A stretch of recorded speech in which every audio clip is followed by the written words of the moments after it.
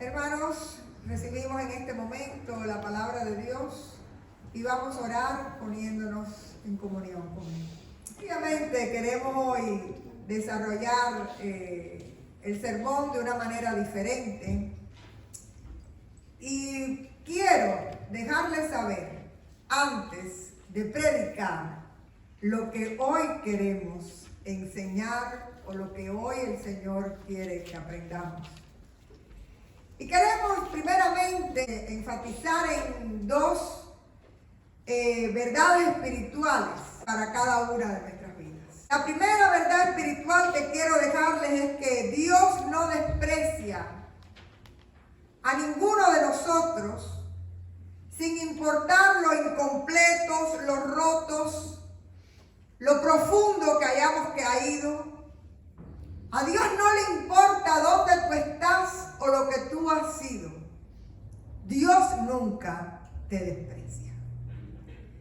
Y la segunda verdad espiritual que hoy vamos a estar argumentando es que si usted viene a Dios en verdadero arrepentimiento, si usted viene a Dios realmente buscando ser renovado por su gracia, el amor y el perdón de Dios son poderosos cuando hay un corazón humillado y arrepentido. Y el Señor puede hacer todas las cosas nuevas. Bajo estas dos ideas, leemos el Salmo 51 y les voy a invitar que después lo dejen abierto. Y nos hemos centrado precisamente en el verso 17.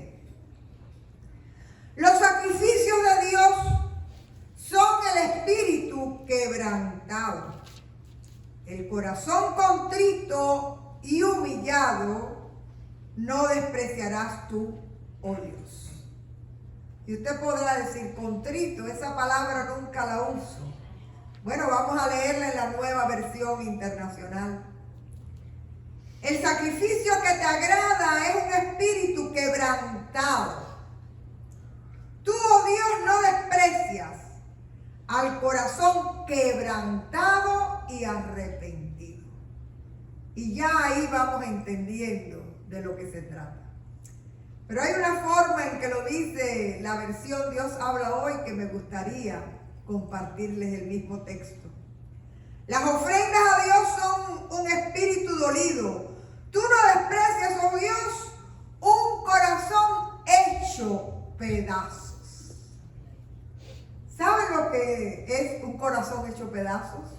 Muchas veces ustedes han vivido y hemos tenido que vivir esa experiencia. Así que aquí está diciendo que de alguna forma el salmista siente su dolor en su corazón, siente su corazón estrujado por lo que ha hecho, por lo lejos que está de Dios y sobre todo por la consecuencia de su pecado. Y nosotros estamos en una cultura primeramente donde no es cool hablar de pecado. Si usted va a alguna otra iglesia, aunque estemos en Cuaresma, es difícil que hoy se esté hablando de pecado porque ya no es agradable. Y como ahora tenemos iglesias que endulzan el oído, pero déjenme decirles que la fe se basa en aceptar nuestra necesidad de Dios, porque el único que cubre multitud de pecados es aquel que murió en la cruz del Calvario y su sangre nos hizo limpios para salvación. Así que a Él sea la gloria. Pero hay gente que ustedes saben que creen que pueden ganar el favor de Dios o pueden cambiar las cosas con sacrificios. Yo no sé si usted ha visto alguna persona caminando de rodillas porque está haciendo un sacrificio. Hay gente que cree que si tú haces la promesa la tienes que cumplir. No, si esto pasa no se corte el pelo. O sencillamente me he visto con saya de saco durante un año. ¿Conocen eso? Tristemente, yo lo conozco. Hay gente que cree que con ofrendas se compra a Dios. que todo el mundo vea realmente. Puede ser ayunos y caras largas o situaciones en que los otros digan, mira qué santidad o mira cuán arrepentido está. Pero no importa la imagen que otros tengan de ti, ni importa la imagen que tengas tú de ti mismo. Lo único que realmente es válido es tu corazón delante de Dios, porque Dios puede ver aquello que ni siquiera nosotros podemos ver. Así que detrás de este salmo hay una historia. Y a mí me gustaría que ustedes, los que tienen la Reina Valera, hay un subtítulo cuando comienza el Salmo 51. Al músico principal, Salmo de David. ¿Cuándo? Después que se llevó a Betsabé, vino a él Natán el profeta. Quiere decir que es uno de los pocos salmos que te ubica en qué momento fue escrito. Y para eso me gustaría que conversáramos sobre la historia que hay en Segunda de Samuel, capítulos 11 y 12, que no lo vamos a leer, pero sí la tenemos que compartir para poder entender qué es lo que dice este salmo. David ya era rey en Jerusalén y manda a su ejército a luchar contra los amonitas, pero él se queda en Jerusalén. Y un día, desde el palacio, que era una edificación más alta que el resto de las edificaciones de la ciudad, mira y ve allí a lo lejos a una hermosa mujer bañándose y enseguida averigua quién es ella. Y le dicen, esa es Betsabé, es la mujer de Urías. ¿Y Urías dónde estaba? En el campo de batalla, defendiendo a su rey David y los intereses de su rey David. Y miren cómo lo dice el verso 4 de Segunda de Samuel 11, así de rápido y sencillo. Y envió David mensajeros y la tomó, y vino a él y durmió con ella.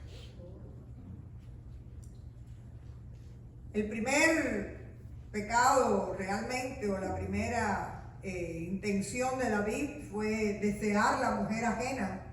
Pero si ustedes se dan cuenta, se consuma su deseo. Y a los pocos días, Betsabé regresa, cuando regresa a su casa, a los pocos días le manda un mensaje diciéndole que está encinta, que está embarazada. David empieza a maquinar cómo puede engañar a todo el mundo, incluyendo al marido de Betsabé, que es Urías. Y usted se da cuenta que la Biblia tiene de todo. Hay gente que cree que las novelas de Univisión son mejores. Estos son pasajes de espanto y terror. Y es muy bueno. ¿Sabe por qué? Porque la Biblia nos enseña que la gente de la Biblia eran gente como tú y como yo, sobre las cuales el amor y la gracia y la misericordia de Dios se sobrepuso a su pecado y a su imperfección. Así que es bueno que estas historias estén en la Biblia. Y sigue el relato diciéndonos lo que maquinó David, porque él era muy inteligente. Dijo, tráiganme a Urías de la guerra para que me dé informes. Pero en realidad no era para que le diera informes, en realidad era porque él quería que Urías pasara aunque fuera una noche con su esposa. Pero Urías era un hombre muy digno. Y aunque David le invitó a que bajara a su casa, Urías dijo, no, si el resto de mis compañeros están en el frente de batalla, no es justo que yo tenga este privilegio. Así que a David se le echó a perder su coartada. Y ya ustedes se están dando cuenta que ahí hay premeditación, ahí hay trampa, ahí hay de todo. Y con la misma se siente tan perdido que al mismo Urías le da una carta para que le lleve a su superior, donde le dice y le da el siguiente orden. Cuando llegue el momento fuerte de la batalla, ponga a Urías en primera fila. ¿Qué estaba diciendo David? Urías tiene que morir en batalla. Y el pobre David se lo creyó, que nadie sabía lo que él había ideado. Que nadie se iba a dar cuenta de lo que había sucedido. Pero termina, segunda de Samuel 11, verso 27. Y pasado el luto envió David y trajo a su casa a Betsabé, y fue ella su mujer, y le dio a luz un hijo. Y la última frase del verso dice: mas esto que David había hecho fue desagradable ante los ojos de Dios. Y continúa el capítulo 12 con la historia. Y yo no quiero estar en los zapatos de Natán. Natán es el profeta al cual Dios le revela lo que ha sucedido. Y le dice: tienes que ir a donde está el rey David y contarle y decirle lo que hay, lo que yo siento, dónde ha cometido su error. Y Natán, me imagino yo que él dijo: si yo llego y se lo planto así al rey, es probable que a mí también me manden donde está Urías. Entonces Natán contó una historia donde le dice al rey que había un hombre muy rico que tenía un ganado extenso, pero que había un hombre pobre que tenía una sola corderita.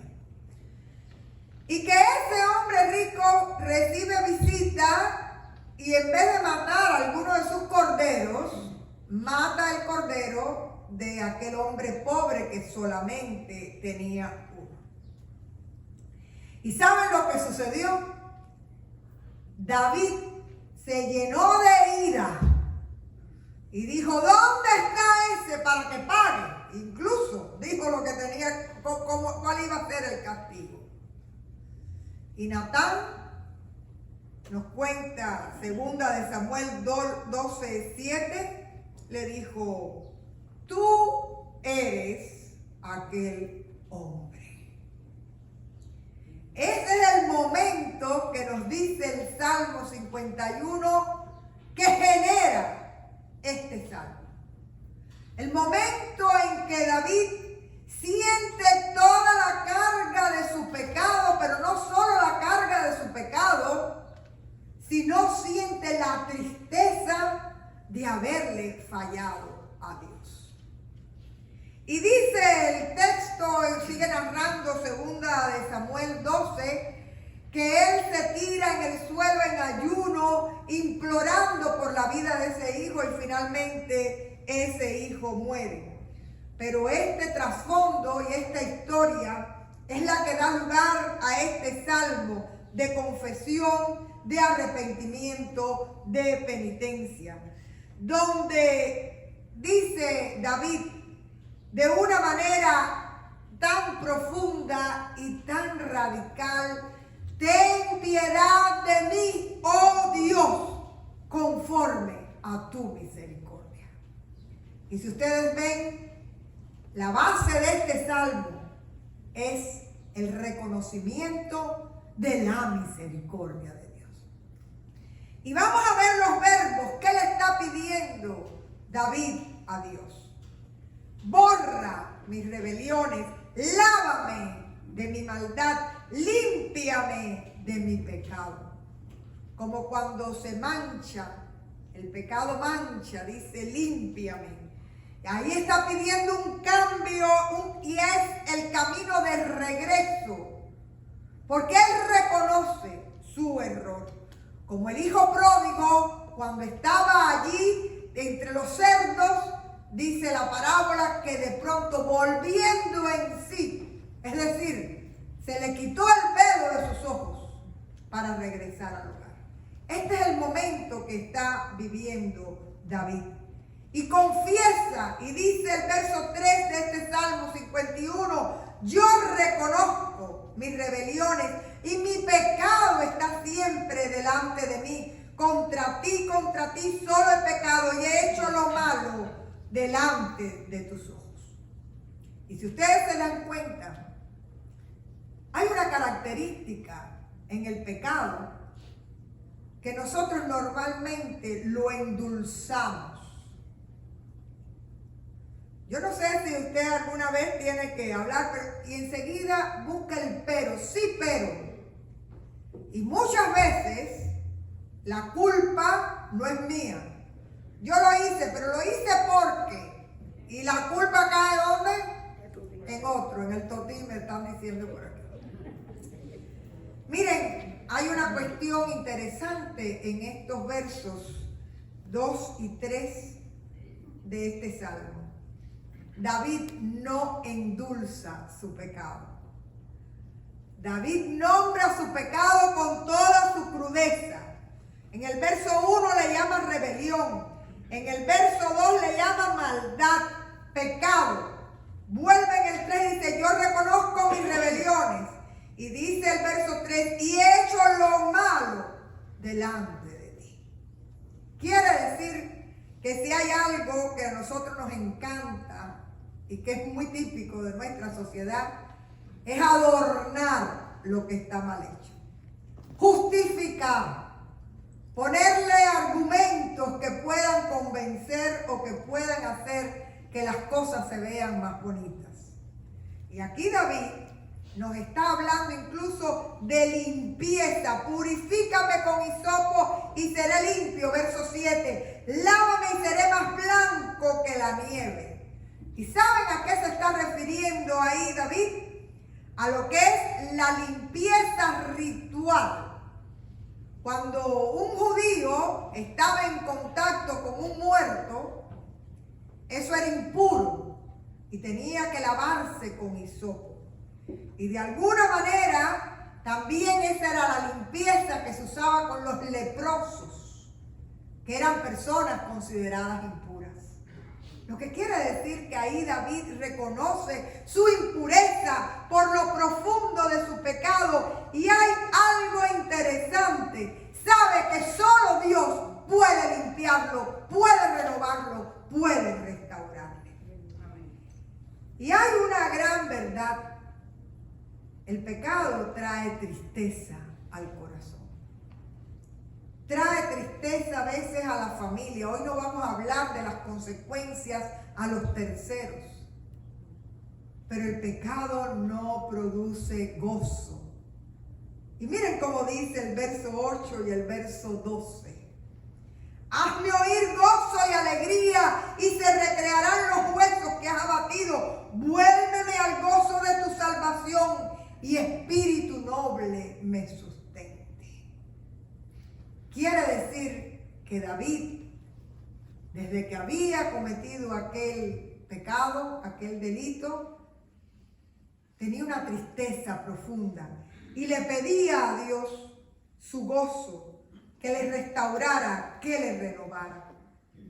Y dice el verso 10, que es un verso con el que comenzamos la cuaresma, el miércoles de ceniza. Crea en mí, oh Dios, un corazón limpio y renueva un espíritu recto dentro de mí. El pecado comienza adentro, comienza en nuestra mente, comienza en nuestra voluntad, comienza en nuestro corazón. Y aquí te está diciendo el salmista como una oración: Señor, no solo borra lo que yo he hecho, sino dame un nuevo corazón para no volverlo a hacer más.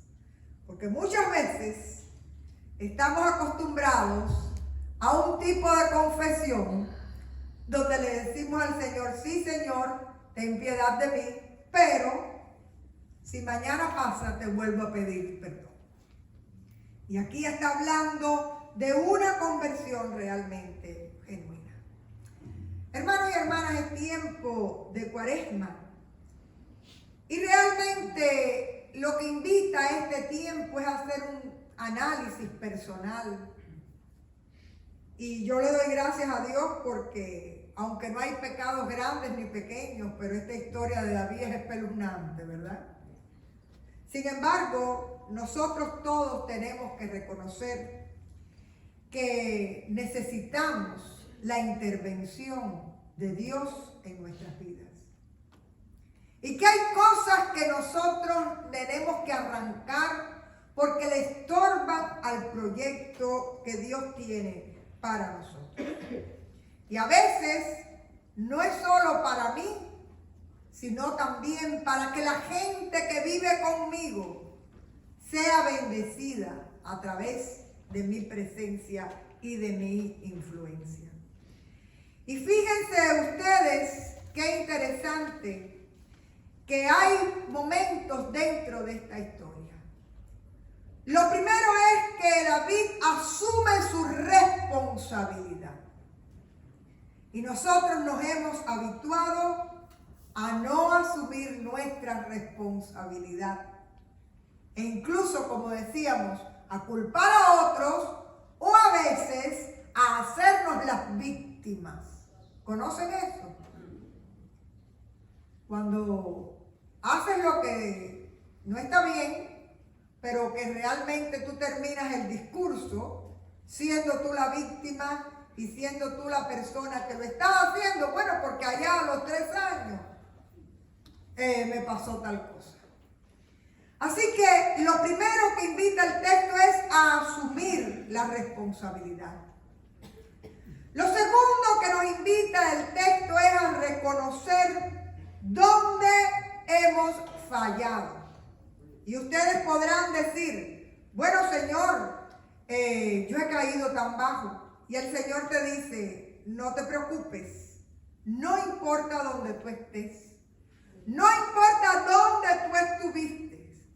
Dios puede hacer la diferencia en nuestras vidas porque Él puede y porque quiere. Porque por sobre todas las cosas y por encima de todo pecado está su amor y su misericordia.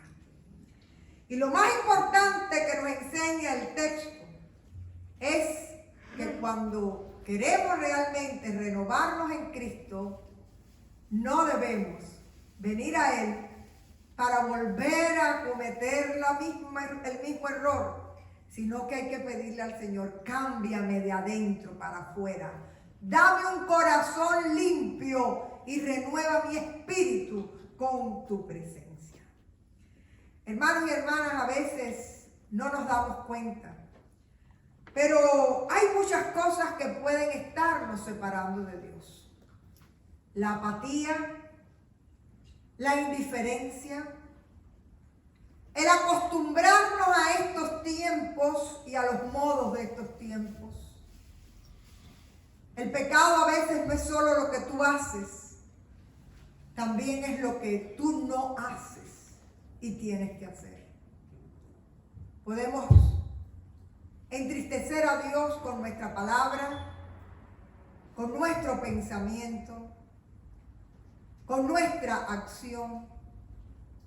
Y en el nombre de Jesús, la palabra de hoy nos ha ido llevando por un camino que trazamos desde el primer momento. Un camino donde nos recuerda 2 cosas. La primera, no importa dónde estés ni dónde hayas caído, Dios nunca nos desprecia y nos acepta. No importa lo roto, no importa lo sucio, no importa lo incompleto que estemos, no importa cuán lejos hayamos andado de Él. El amor de Dios no tiene límites y nos alcanza. La segunda gran verdad es que todos en nuestra naturaleza somos pecadores. Y siempre el Señor tiene algo mejor para ti y para mí. Hay un salmo que ora al Señor diciéndole, muéstrame los espacios oscuros, aquello que yo no he podido ver, donde todavía tú no has podido trabajar. Muéstralo y sobre todo, Señor, haz tu obra en mí. Así que si venimos a Él arrepentidos sinceramente y buscando ser renovados por su gracia, para Dios el arrepentimiento sincero vale más que cualquier pecado. En la balanza de Dios el pecado puede pesar mucho, pero cuando viene un corazón humillado y arrepentido delante de Él, Él realmente hace su obra. Dios es un Dios que perdona y que echa lejos el pecado y lo borra, porque ese poder lo tiene la sangre de Cristo en la cruz del Calvario. Comenzamos este domingo el tiempo de Cuaresma. Pidámosle al Señor que nos revele. No pudieran ser pecados como los de David, pero sí aquello que te entristece tu corazón y entristece el corazón de Dios. Sí aquello que te quita calidad de vida que Dios ha venido a darte. Sí aquello que estorba en la nueva naturaleza cristiana que hay en ti. Y que este sea un tiempo donde podamos salir diciendo, Señor, has creado en mí un corazón limpio y un espíritu recto que te agrada, y sobre todo un espíritu recto que es testigo de la obra que tú has hecho en mi vida. Vamos a orar. Te damos gracias, Señor amado, por tu amor y por tu perdón. Te damos gracias, Señor, porque en la cruz fuimos reconciliados contigo. Señor, vivimos tiempos confusos, donde se predica un evangelio dulce que agrada al corazón. Pero yo te pido, Señor, en el nombre de Jesús, en lo personal y como pueblo de Dios, que tú hables claro en nuestra vida. Nosotros no queremos ser tibios, porque los tibios tú los vomitas de tu boca. Ayúdanos a ser íntegros delante de tu presencia, porque sabemos que no estamos solos, que tú estás con nosotros y que tu Espíritu Santo es nuestro ayudador. Guárdanos en tu paz y con tu bendición, y permite que en este tiempo podamos renovar nuestra espiritualidad y aceptar que la gracia no fue barata, porque tu sangre se derramó en la cruz por cada uno de nosotros. En el nombre de Jesús, oramos con gratitud por tu amor y por tu misericordia, por tu salvación y por el perdón de nuestros pecados. Amén y amén.